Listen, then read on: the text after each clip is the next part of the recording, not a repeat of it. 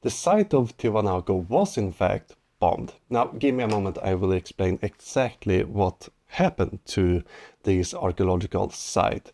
First of all, remember that Tiwanaku and Pumapunku has a very long history. The civilization that lived here was around for about 1,000 years before its collapse. And the site didn't look like it does today for a very long time. You see, when the Spanish conquistadors arrived at Tiwanaku, they looked around and realized, well, this is a great place to take stone for our own building construction, and they start to tear it down and use these stones in other parts and cities they constructed. So you can find many of the blocks that was used to build Tiwanaku and Pumapunku today in the modern city of Tiwanaku and in the church that's located there today. And this is a fate that happened to a lot of archaeological sites through history. For example, the white limestone that was covering the famous pyramids in Giza, you can find in the mosque in modern Cairo. And this is something that unfortunately has happened throughout history. When people encounter a monument they no longer use, or some other people's monument that's not really in use, they reuse the stones because they're already quarried, they're standing close to where they want to build something else, and you just tear it down, reuse this. And this happens across the world, unfortunately. And further havoc was brought by, well, looters later in history.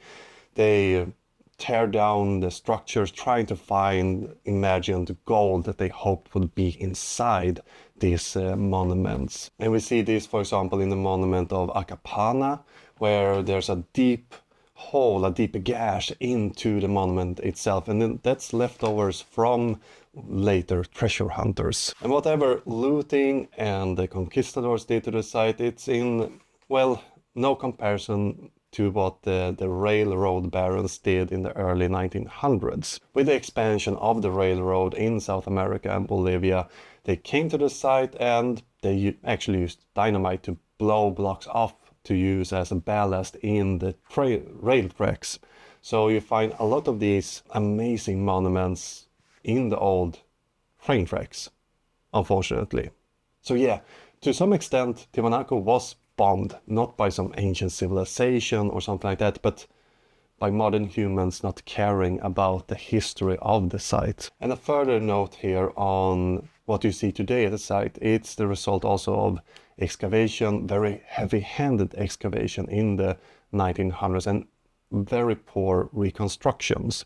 Reconstructions made at the site was not always necessarily made to, well, reconstruct what was. It was reconstructing an imagined idea of how great this location was. Those who reconstructed in, well, late 1900s even, wanted to show the might of the site. So it was a more focus on making it look more impressive rather than a historical reconstruction, adding further damage to some extent to the site. And when it comes to moving blocks, it depends a little bit. Most of Tiwanaku and Pumapunku is built with sandstone, and we have a couple of locations located about 15 kilometers away. But it was a bit difficult to find these quarries because the civilization of Tiwanaku didn't use quarries like the ancient Egyptians or the Greeks. No, they were looking for already loose blocks. We don't have these nice quarries that we can find, for example, at the Giza Plateau for the great pyramids we find there. They went around, looked for blocks that fit their purpose in these fields of broken off stone blocks, just like the Inca did. So it's a bit hard to locate the quarries since they are not a traditional quarry as we kind of imagine them today. And in these quarries, when they found a stone block, they most likely dried it. How do we know this? Well, we find so-called sleeping stones, abandoned stone that's left on the side of the roads that they built. And we have found a few examples of these roads, just like the Incas used to move their stones. And there's a question if they used like the Incas wood to move these or if they dragged them. Now, if we look at some of the stone blocks, we can still see drag marks at one side of them. meaning they most likely were dragged underground. And the Incas built specific roads to make this easier. And if we look on the abandoned stones that we found in the quarries and on the road from the quarries, we see notches made in the stones. So we have notches at the back of the stones, indicating rope was used to drag these stones. A few of the stones at Pumapunku and Tiwanaku are made out of andesite. And there's no local quarry within a few kilometers. The closest quarry of andesite that we think they used is across the lake. And here's a question: were they dragged around the lake to Tiwanaku, or did they use boats? Modern experiments back in 2006 indicates that, well, reef boats could have been used to transport stone blocks across the lake. The question is how they maneuvered the boats in this case. So here we don't really know for sure what they might have used, but we know that they managed to get the stone blocks from one side to another, and we have different explanations for how they could achieve this. Nothing that require advanced lost technology or something like that, but human imagination and perseverance. And if you're interested in learning more about Tiwanaku, and especially about the stone blocks that we found there and amazing architecture and all that, there are books that's been published. For example, The Stones of Tiwanaku, written by Jean-Pierre Protzen and Stella Nair.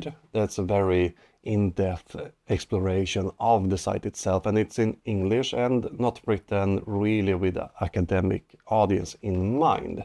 And there's also a lot of information in Spanish if you speak that, but saying that this is some sort of mystery or lost key to an ancient civilization, it's only somewhat correct. It's a mystery if you haven't kept up reading the latest science and research on the site and don't want to look it up.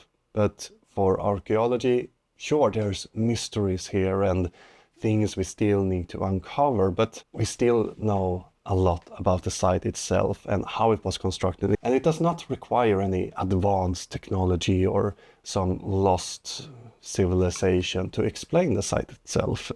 It's just human ingenuity at its finest.